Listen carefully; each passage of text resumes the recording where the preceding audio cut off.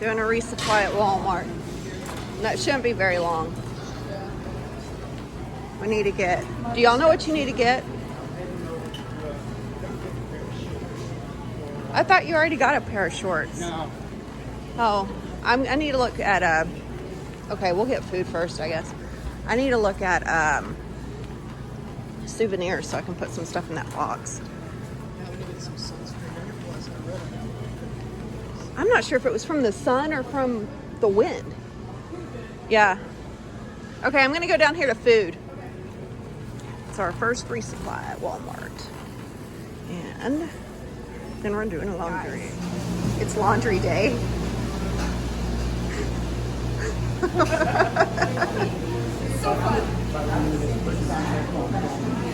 What did he say? I ain't saying. So the top, I don't know if you can hear this, but the top is Jim's. There's like nothing in it. And then the bottom is mine and Nikki's. We got so much clothes, but we need them all. We just got laundry done. Now I'm heading over to, there's a CVS right near the laundry. And the laundry is actually only half a mile from our hotel. But I'm gonna stop in CVS, see if I can find any souvenirs because I need to send some stuff home, but it's not enough really to fill a box to make it worth it. But it's stuff that I don't want to actually throw away or get rid of. And then cool thing is the post office is actually right across from laundry. So 30% chance of rain, no big deal. And then it gets cold. So 37, 24, 38, 27. And then it just kind of slowly warms until Tuesday, maybe a crappy day. And it looks like Wednesday might be the 0 day. So Friday should be when we go back into, or when we should get to, what is it, Unicoi Gap? Oh, to go into Hiawassee? Yeah, for just that, yeah, just for the night. Nero. Yeah, Nero probably on Saturday. I would say boom, boom, back in there Monday, which would be perfect. Yep. So then 0 on Tuesday, because I don't know how long it's going to take for Jerry's stuff to get to me. Okay. And if it's going to be like that, then that's perfect. Yay! There's no restriction on them, you know, it's cool. I don't, that's all I'm gonna wear. Okay, Tramley. Ready for introductions? All right, you're gonna. Now I'm ready for food. Well, it ain't coming, so. It's not our food. All right, so this is Nikki, also known as Ripley. So tell everybody about yourself. Just retired from the military after 26 years. I am hiking basically 28 days after my retirement date, and my husband's at home taking care of the fur babies. I have a daughter that's in college up in Washington State and a stepson out at Fort Hood, and I'm just doing this. Wait, you have a stepson at Fort Hood? You didn't tell me that. Okay, sorry, go ahead. And I don't know, I've always wanted to do this, and now I get my chance. All right. And what did you do in the military? I was a cop. Yeah, I'm hiking with a freaking cop. Hi, Jim, retired Navy, retired Florida state employee. Decided to do the Appalachian Trail 3 months ago. Loving life. Come on out and have fun. Wait. Married, one son, one grandson. From Connecticut.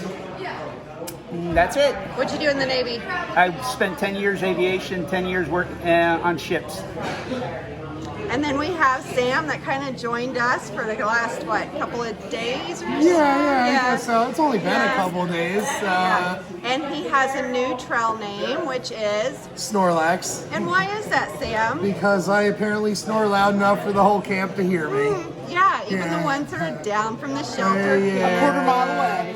But it might just be because I'm allergic to mice, a Ridge Runner told me. So we'll see tomorrow when I get back out there. Yes, we'll see if you still snore. Yeah.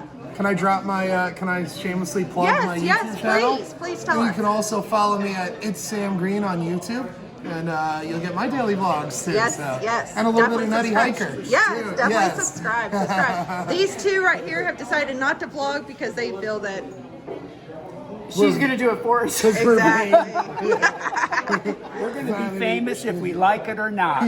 Also, guess whose birthday it is today? Happy birthday. That's right. Happy birthday. 67. Yeah, turning Really 67. 39. Wait, is his, 39.7. is his trail name Daddy Stickin', or is that are you going with that? Or So no. I started calling him 2 cents. 2 cents. Okay. Yeah. Why is that? Because I found 2 cents on the ground in one of the shelters. Yeah, but that's he like picks up. I swear every penny we come across. Doesn't matter where it's at. So I started calling him 2 cents. They add up. Is it sticking? Sure, 2 cents. So that is his trail name is 2 cents. Cool. Yeah. Cool. So we got Ripley, we got Snorlax, 2 cents, 2 cents. and then me, Nutty Hiker. Okay, guys, we gotta eat. Howdy, y'all. So our first Q&A while on the trail. I think I will do one every time we take a zero, and it'll just, you know, I know that everybody's gonna have questions along the way. So this week, or for this zero, I asked, and I've been getting a lot of questions about my tramline, and obviously I would, since they're in like all of my videos and we kind of haven't said anything about each other. So I thought I would go ahead and answer all the questions that were submitted. I'm sorry if I missed yours. I was writing these down while we were at dinner, and I didn't check again after dinner to see if there were new ones, but if there are new ones, I'll get to them next time, I promise. So you just met my tramline prior to this little clip. But who's in my tramline? My tramline actually started with 3 people, and that was Nikki, Jim, and Misty. Nikki being Ripley, Jim being 2 cents, and Misty did not have a trail name. Y'all have seen in prior videos that Misty did leave the trail due to prior knee injuries on day 2 or 3. I don't remember, one of those days. So that's who's actually left in my tramline is Ripley and 2 cents. Let's see, mid-February start date. What are the advantages and disadvantages? Whoa, okay. So originally when I picked this mid-February start date, I did it to get ahead of the bubble.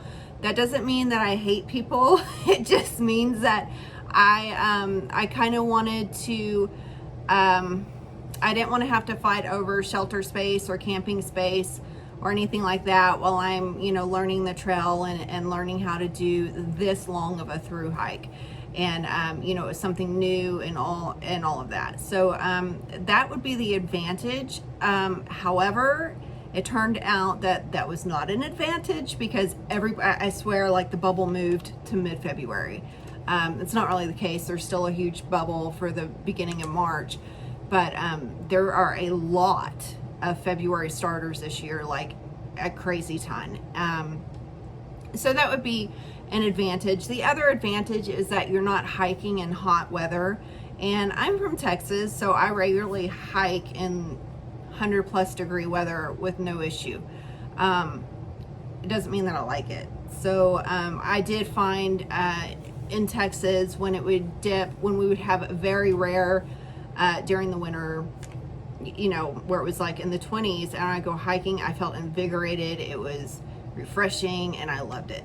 So that's kind of the other advantage. But on the flip side of that, when it gets really cold, it's really freaking cold. And hiking in it, especially when you're going uphill, that cold weather, and you know, I'm not conditioned to hiking mountains because, well, like I said, I live in Texas, and so I do, you know, I gasp a lot going uphill. It takes me a hot minute to get up there, but I make it up on the downhills and the flat.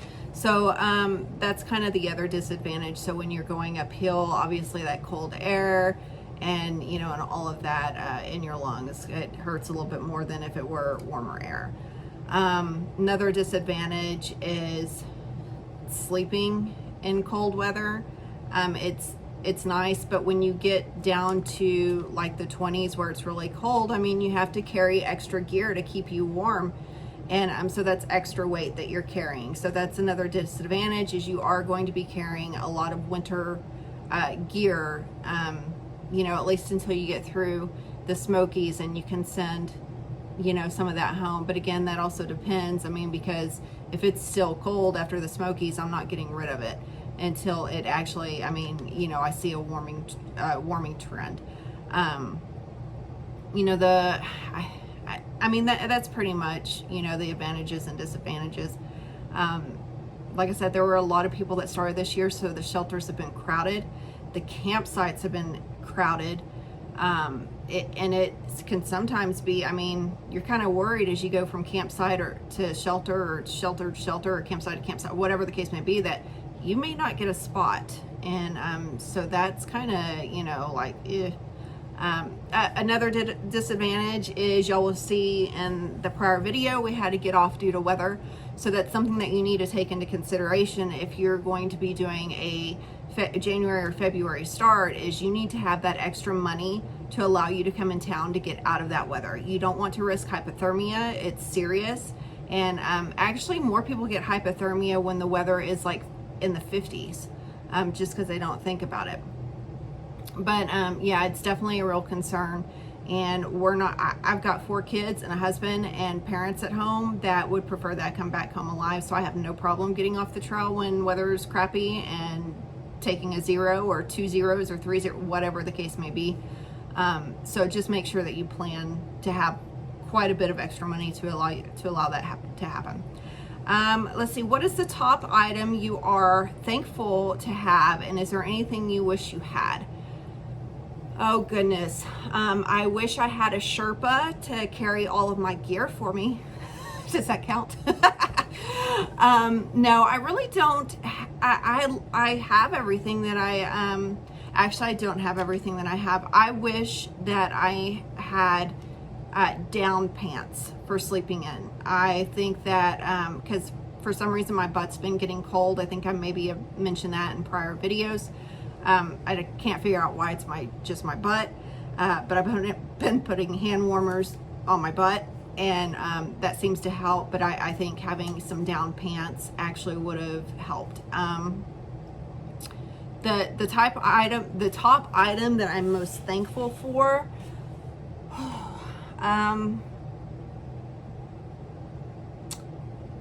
gosh, oh, I don't really know. I would probably say, you know what? The top item that I'm most thankful for right now, because it really helped create some warmth when I was freezing, is my SOL bivy that I bought last minute. It is the breathable one. And I bought it last minute when I saw that I was watching Happy, and he mentioned it because he was, I think, cowboy camping or something, and anyways, it was really cold, and so he mentioned it, and I went to go look for it, and I am thankful I brought it, because I ended up putting it around my sleeping bag, and that added a ton of warmth, so and helped me sleep more comfortable that night. And so yes, I think right now that is the top item I'm most thankful for. Plus, in the event that it's very humid outside or whatever, condensation can collect on your bag, you know, if you don't have really good ventilation in your tent. So with that being on the outside, it keeps my bag dry too. So it doesn't allow condensation to sit on my bag. So that's kind of cool. It's a 2-for-1. And I do have a 0-degree quilt, if anybody's wondering. Have you already started thinking of items to get rid of in your pack? Yes. In fact, today I mailed a couple of things home. Everybody was saying, well, when you get to Nil Gap, you need to do a shakedown. No, I don't. I know what I needed and what I liked and all of that, and I've actually used every piece of gear that I brought. There's not one piece of gear that I have not used. The only one that I have not used actually was my water socks, And that was kind of a last minute throw in there item that I was like, okay, I'll just take it. So today I sent home my camp shoes because I bought a different pair at Walmart. The camp shoes I had, while I love them for stream crossings and stuff, just wearing them with socks, they're hard to get on, and it's just, it didn't work out. So I sent those home. I sent an extra charging cord home that I thought that I may need, but we plan on being in town every 3 to 4 days. So my electronics have been lasting, so it's been great. So I sent home an extra cord that I didn't need, and then I also sent home my water socks, and that's it. And that's all that I will be sending home that I'm aware of. So I'm actually changing out my tent. I cannot do the tarp tent. I just can't. It's at the end of the day, it's too, even though I'm at that point to where, yes, I can set it up within 5 minutes, it's just too complicated. It's way too complicated, and when I am tired, I get really frustrated and really grouchy, and we're not going to do that anymore. So I have my husband is sending me my Big Agnes tiger wall that I love, and it's not that much heavier. So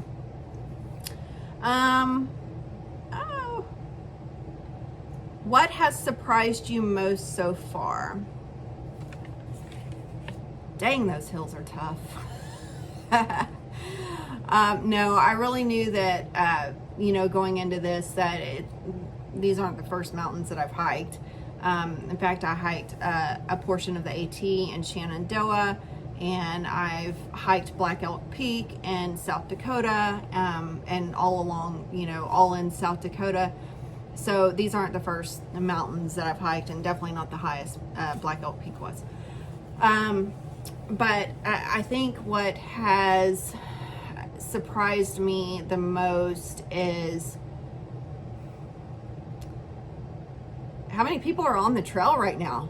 Like, I mean, crazy amount of people on the trail right now. I thought that with me starting earlier that it would, that there wouldn't be so many people, like I said in the first couple of questions.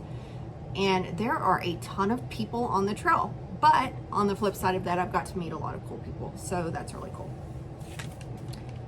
How are you keeping warm at night? Well, I am a very cold sleeper. Let me just put that out there. I have hypothyroidism, so my hands, my feet, I stay cold. So I have a 0-degree quilt. I have a Perea Recharge short, and I'm actually going to be changing that out because I need a wider pad. I wish they made a short wide, but even with that one, I still need a wider pad. I've got to have it, so I'm going to have to go back to a regular wide or whatever, which really sucks. So you want to make sure that you have a high R value rated pad. A 0-degree sleeping bag.